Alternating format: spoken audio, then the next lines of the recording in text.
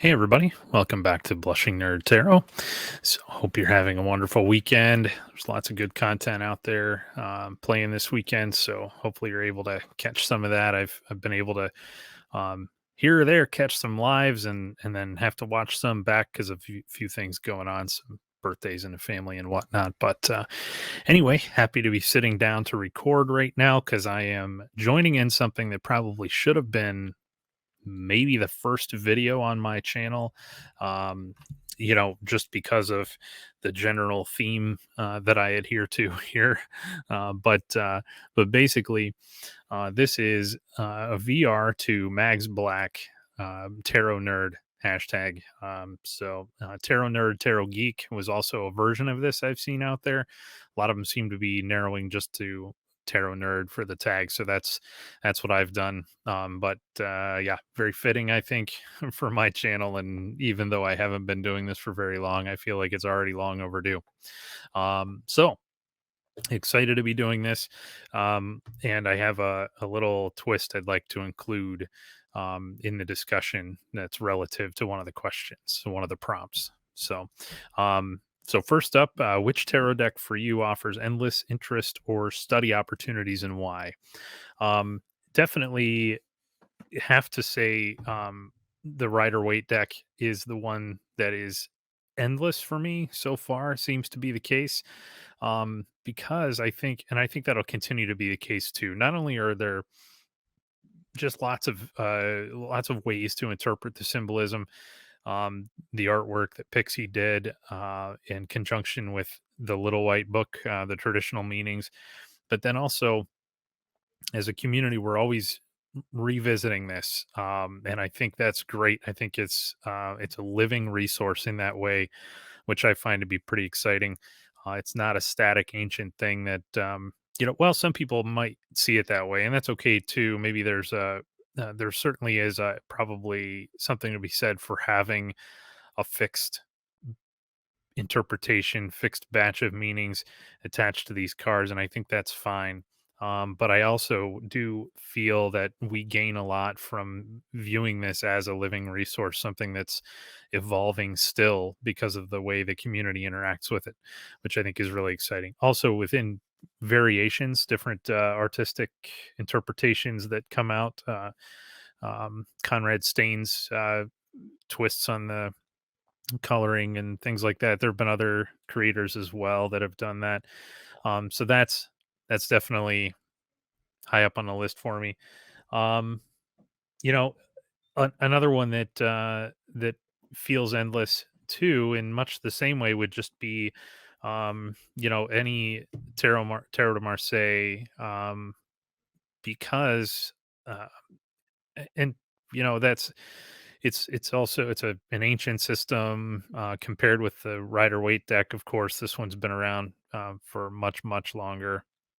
I believe the Dodal was from the early 1700s. The one that preceded it, I think, in time would be the Noble. Both of these are from Artisan Tarot, wonderful creators. Yeah, so 1650 for the Noble. These are um, basically, they are faithful restorations, as they put it. So these are, if you're not familiar, you can go to artisantarot.com to see their list of products here. Pretty remarkable stuff. They do even sell pouches that have this inner fabric that's basically the same design that you find on the backs of the cars. Really fantastic stuff. Lots of other neat things on there too. I have an enamel pin of this design. I also have some socks that are amazing, but I guess that's maybe something that could be addressed in one of the later prompts here. But in terms of endless study, yes, those decks absolutely qualify for me. There are others that offer that. Um, but maybe do so in a way, and I apologize, I keep looking over this way because this is where I have most of my decks. They're sort of staged over on the side here for me, but so yeah, so there are plenty of others out there, some that really dive into Kabbalah and some other um alchemy and things like that. I've featured some of those on my channel before, and I think those are some interesting ones as well. So which decks, this is prompt number two, which decks hit or miss your card stock spot and why? So I have a confession to make. This is actually the second time I've filmed this. The first go around was fine. I think I just, but something about it just didn't quite click. And I think it was around this topic that didn't quite hit it for me. This is the first time I've redone a video. But I decided it might be worthwhile, and I'll get into why. So, first, in terms of hit or miss, I really only want to talk about the ones that hit my card stock um, threshold, or my card stock spot.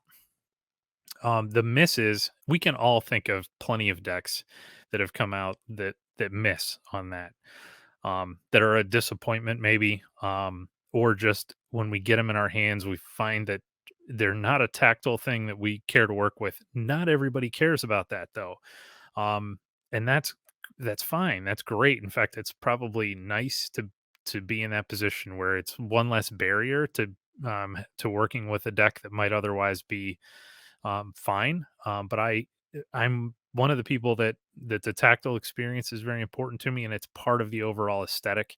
And aesthetic is a very important thing to me for the decks that I work with. So for some of the quick hits, we have Madame Clara's 5 cent tarot. This is a delightful card stock that is um,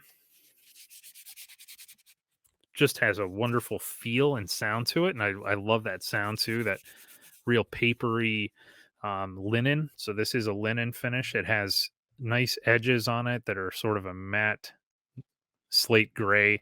That, and also the backs, of course. But that was a choice that you could make when you were buying the deck. So if you go to the Motel Gift Shop, I believe it's called, is the Etsy shop for Madame Clara's decks and other products. But it shuffles like a dream. It is linen, as I said. It has a great springiness to it. It feels very resilient. Very good, very good card stock. And the two penny oracle is the same card stock.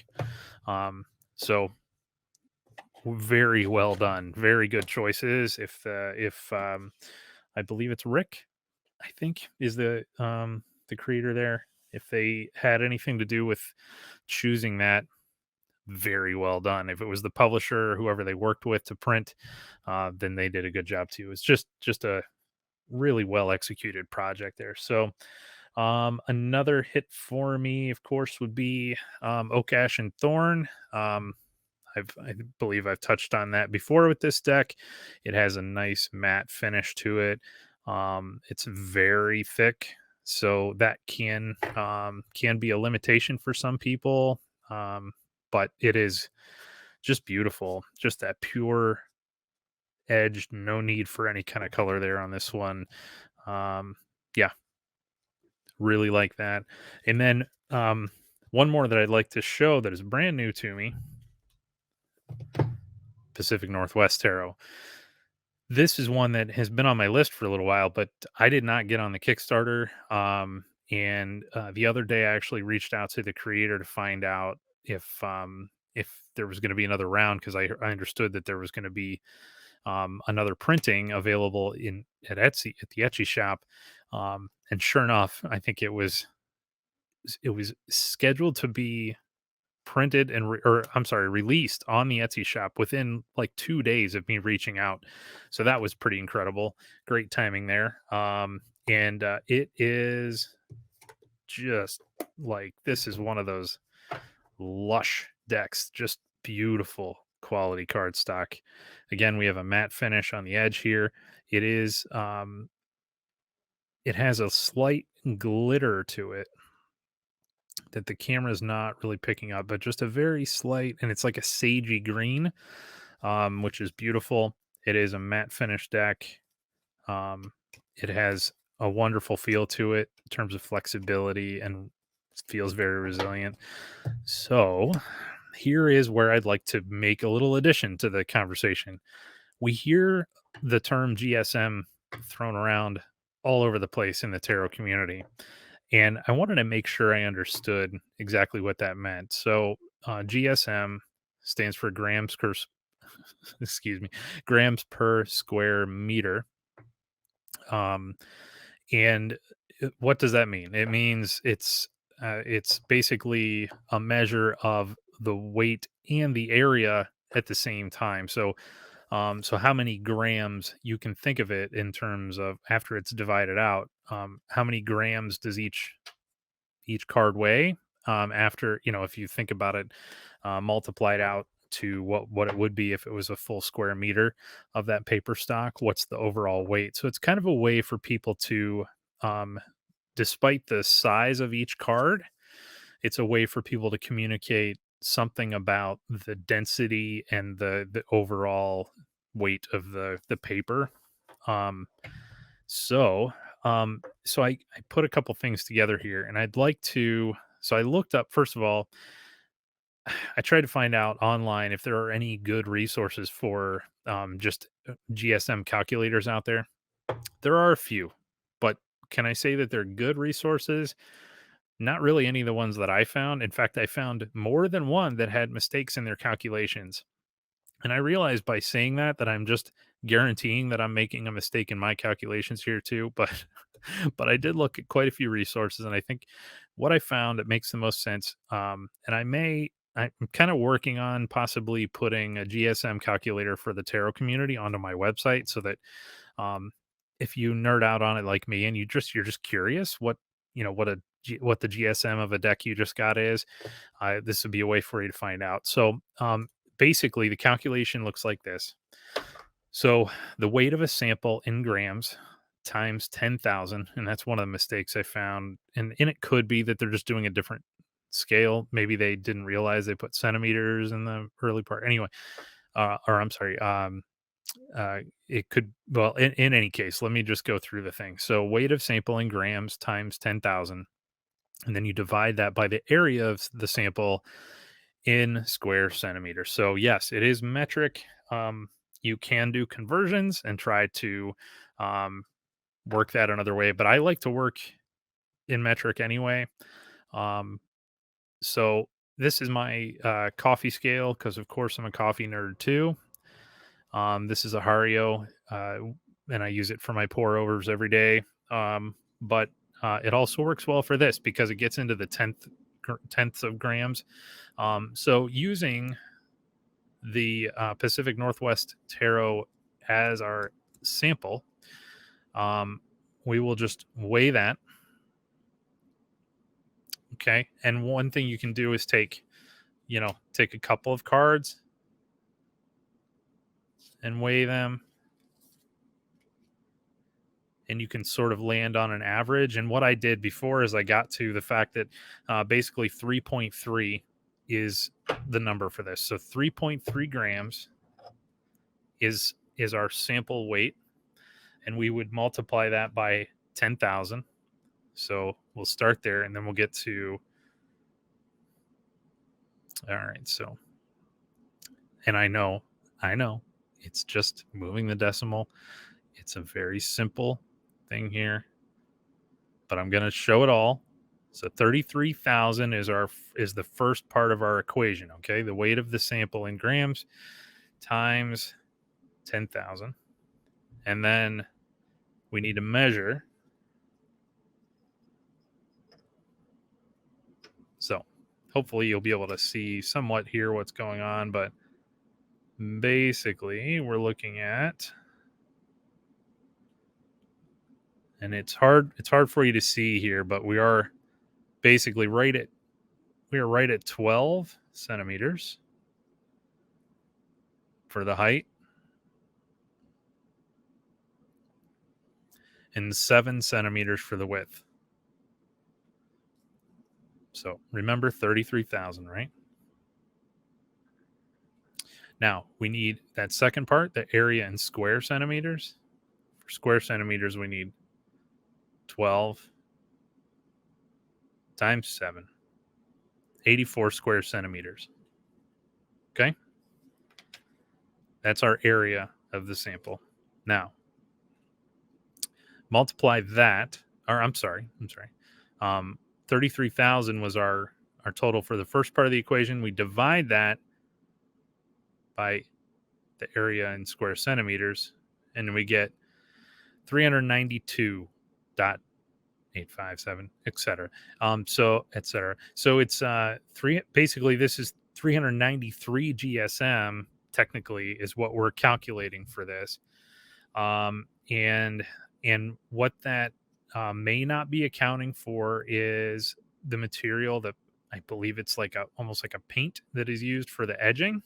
So that might be adding a little bit. So maybe this is a rounder number. Maybe this is like 375 GSM. I don't know. Maybe it's 390 and that little extra bit is accounting for edges. I'm not sure, but either way, that's kind of your calculation. So you hear people talk about 350 GSM, right? That's a kind of maybe a benchmark that people use for good card stock when they're talking about indie decks and things like that. But does it tell the whole story? It doesn't really tell the whole story. If you know that something is 350 GSM, that's fine. That'll tell you essentially what the density, if you know, or I should say, it tells you a weight over a certain area, but it doesn't give you a sense for how dense those cards might be. They could be very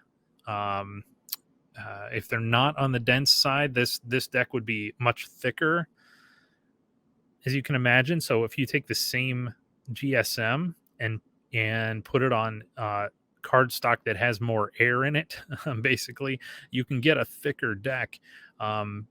But that card stock might not be very nice. It might not be flexible at all. It might bend and crease if you're shuffling. You might not be able to riffle shuffle it. All kinds of things come into play there. So basically, I say all that to point out that GSM is just a number that we can sometimes give us a general idea of what we're in for with a certain card stock, but it doesn't necessarily tell us the character of that card stock. It just gives us one indication. Now, am I going to feel better about getting something that's in the 350 to 400 range GSM? Probably, because I think it's more likely that it's going to be this kind of beautiful tactile experience. But it's not always going to be, and it is just one measure. So if we just bring out, let's go for a second little example here. Oh, what deck would be good for this? How about here's another popular deck that is everywhere, the Light Seers. And I'll go ahead and get rid of this. So the Light Seers, everybody is pretty much familiar with this. Let's see what our Two of Swords card weighs in grams. 3 for the Two of Swords. Let's try another one just to make sure we're not the Hierophant. 2.9. And when it's on, that's one of the reasons too that I like this this Hario scale, is that it can get down into the tenths. There we go with 3 again. So I'd say roughly we're talking about 3. So let's then get our ruler back out. Do you ever feel like you need more space? All right. So here we go. That is, again, exactly 12 by 7. We are 12 by 7 again, so we're going to have the same area. 84 square centimeters. So what we would do in this case is we would take 30,000. Whoops, not 300. Divided by 84. And this is basically 350 GSM paper. So, and if you know the light seers, you're familiar with it. And shouldn't be a surprise, right? That's a pretty thick deck. But this cardstock has a very different feel from what we find in Pacific Northwest or Oak Ash and Thorn. Very different feel. Oak Ash and Thorn, I think, is easily in the 400 range. I'm pretty safe. Feel safe saying that it is quite thick and dense. And then we take something like Wild Unknown.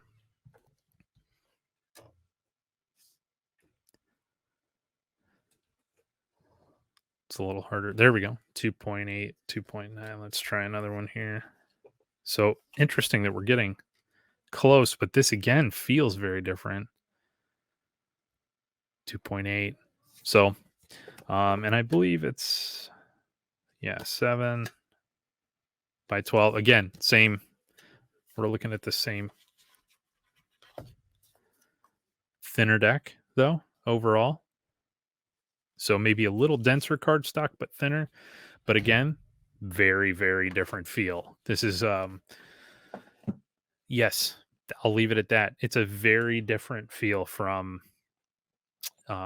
things like Pacific Northwest, Oak Ash and Thorn, some of those other ones that just have a very luxurious feel to them. Not so much the case with that one. So that's basically the reason I wanted to redo my original taping of this because I felt like I was missing a component there that I wanted to be able to talk intelligently about cardstock more than just saying these qualitative things like it feels great, it does this, it whatever. Um this is something we can all use as a basis for a comparison of cardstock.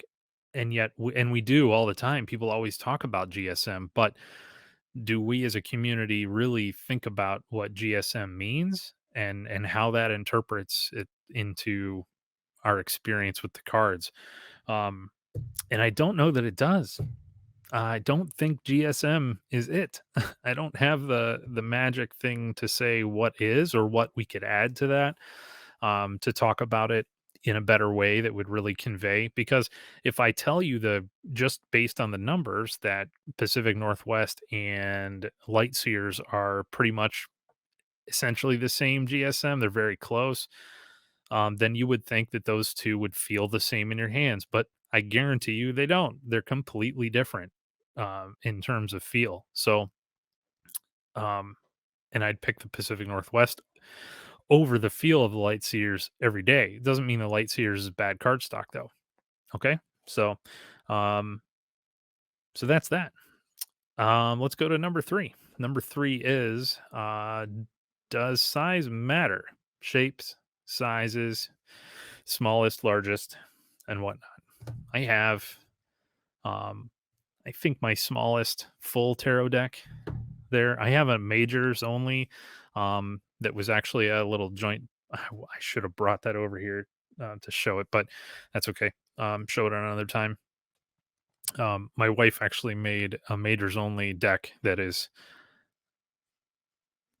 approximately a quarter of the size of the mini RWS, something like that. And I made a pouch to go with it. So it's basically like, I don't know, like if you would take this pouch here and just shrink it down. This was one of my earlier ones. Shrink it down to this very tiny little things. It was just kind of a fun. Amazingly, we actually found a button that would work with it too. So, anyway, so in terms of does size really matter? No, not necessarily. I don't think so. Although I won't won't reach for the mini if I have the regular deck available. Here's some other sizes that go in between. The Morgan Greer in a tin is kind of a travel pocket size. Obviously, still quite a bit larger than the mini RWS, but small nonetheless. And of course, a Lenormand for the typical Lenormand style or size is quite a bit smaller. Um, so if cards get so big that they have to always be handled with two hands or something, maybe there's a point where they would get awkward. Um, but shape can matter. So my first experience with a hexagonal deck was actually the video my first video on my channel was featuring the Synchronicity Oracle. Synchronicity Oracle is a hexagonal deck, and obviously, if you saw that video, you'll know there was some damage on the box, but hexagonal deck, in this case, sort of a requirement for the system, the way that this Oracle was designed to be used. So can't really be critical of that. I think it's really interesting concept and great. I think that's a practical choice that they made for shape there. Kim Kranz's Wild Unknown Alchemy. If you've, I'm sure you've probably seen that at this point now too. It's been out for about 3 weeks at this point. It is also hexagonal. It is beautiful. Um, Lots and lots of study opportunity here. The prompt did say tarot, which is why I didn't bring this one up necessarily as one a tarot. It's not a tarot deck, so I wouldn't necessarily lump it into that. But in terms of opportunity for study, this one is very rich, and there is much to be learned from this deck. It is amazing, and I like the fact that it's hexagonal. I really like it. I totally buy into it in this case. So yes, thank you. Good choice, Kim Kranz. So yes. So does it matter in terms of regular tarot though? Yeah, I think it does. Regular tarot on a round deck, I don't think would work for me. Um, Round oracles don't even really work for me. I mean, yeah, okay, they're fine. But there's something about the fact that there is no defined orientation for the cards that I struggle with, and that's a me thing. Um, so if they work for you, that's great. It's just everybody's going to have quirks and differences that way, and that's mine. So, is there a favorite tarot artist, author, creator, publisher, and why? Um, I do not have a single favorite. I have a few that do wonderful things that I really enjoy, and I follow their work, and I am anxious for more, that sort of thing. Yeah, Three Trees Tarot, makers of Oak, Ash, and Thorn, absolutely. Uh, Again, I believe it's Rick from Madame Clara. Um, the 5 cent tarot, two penny oracle, definitely definitely dig that style. um there are publishers that don't really excite me all that much. Big name publishers, sometimes I struggle with some of the stuff they put out. Um but that's easy enough. It's just something I won't buy. Maybe I'll watch walkthroughs. In some cases I'll see something that really piques my interest, and then I'll buy a deck and just check it out. And sometimes I've been very pleasantly surprised and it turned me around. Um, but yeah, Il Menegello, amazing. And of course, a lot of those decks out of print now. But the quality, this one, I believe, made by his daughter. I think she's the one that designed this. Maria D'Onofrio. Um, just talk about aesthetic, yummy decks. Um, beautiful stuff. So very interesting. Also, the creator of the Alleyman's Tarot, I think created a whole atmosphere and whole world around that that's really interesting. So yes, plenty that I follow, um, and on both sides, independent and mass market. Um, Favorite art styles or themes. Eh, I have aesthetics that draw me in. That RWS decks in general, I like when they remain as close to traditional as possible. So far, that has been the big draw for me. But I also I love independent decks, particularly ones that use their own artwork, and they are clearly well versed in or in the ways of tarot. And they have an understanding of the depth and the symbolism, and they sprinkle it in there, um, almost like little Easter eggs in some of the decks. That it's a payoff. It's almost like if you're reading a novel and there's some sort of reference to one of the classics in literature, and they do it subtly. They're not name dropping or anything, but they pepper it in, and there's a huge payoff. If you have read that book before, the one that they're referring to, and you recognize that little clip in there, or that little reference, that that's a nerd out thing for me that I really enjoy, and I love it when it happens in tarot decks too. That you just all of a sudden you notice, oh, there's that little thing hidden back there in that painting or that drawing, and it's a nod to this specific reference in such and such system, whether it's Marseille or you know any of the systems. I think that's fascinating. So, but overall styles and themes, that's really hard to narrow down. But I do like Marseille and RWS, traditional, and I like original art, that that can really evoke those traditional symbols, and things, the meanings of the cards in maybe new ways. It's a fine line. It's hard.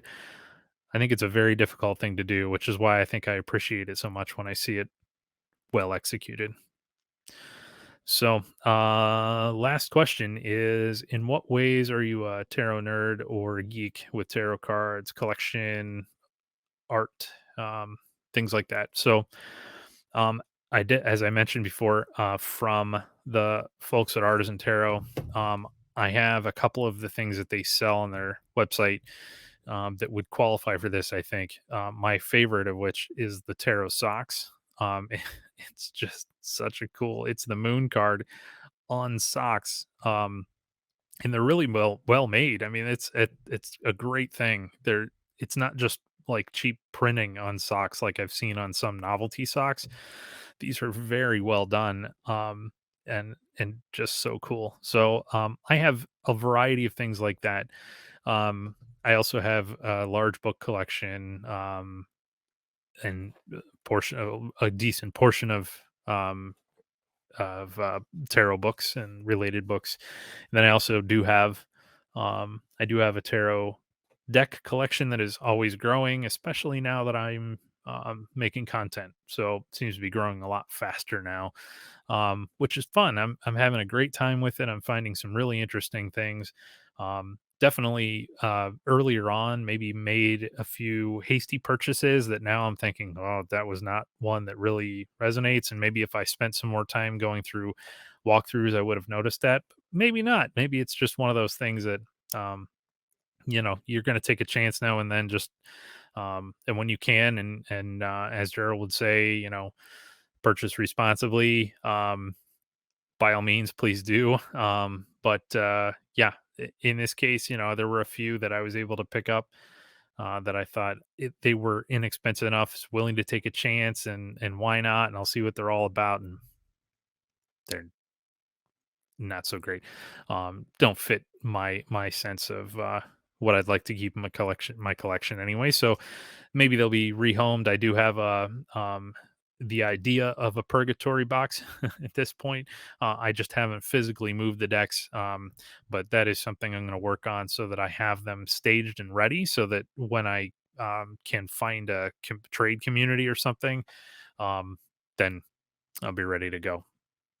Um, so yeah, that's it. So I think, I mean, this was a really fun tag to do. And one thing I wanted to mention too, I've had several people reach out to me. It's been such a great welcoming community. And some people have reached out to me and said that they were interested in maybe starting to make content as well. So, I would encourage you, by all means, do that. If it's something that you think you'd like to do, if you're interested in diving in, this kind of tag is really a fun way to do that, because it provides that structure for you. So you can just write down the questions and run through them. And there's so many tags out there, really good ones. So maybe go onto one of the channels that you really like, and find out if that person has done the tags. And then you can see somebody that with the style that really resonates with you, um and check it out. Just watch a few of them, see if it's something you want to try out. But a tag is a really nice way to start out, I think, because it takes some of the pressure off of you coming up with some idea. And I know, I trust me, I felt the pressure of like just trying to come up with something creative or interesting that I think the community might enjoy. And this makes it so you don't have to come up with it on your own. Somebody's already done that, and then of course you just get to join in the fun right away by having that tag in your title, and more people might take a look at it. So that's all I have for today. So thanks a lot for joining in, and look forward to seeing you on the next one.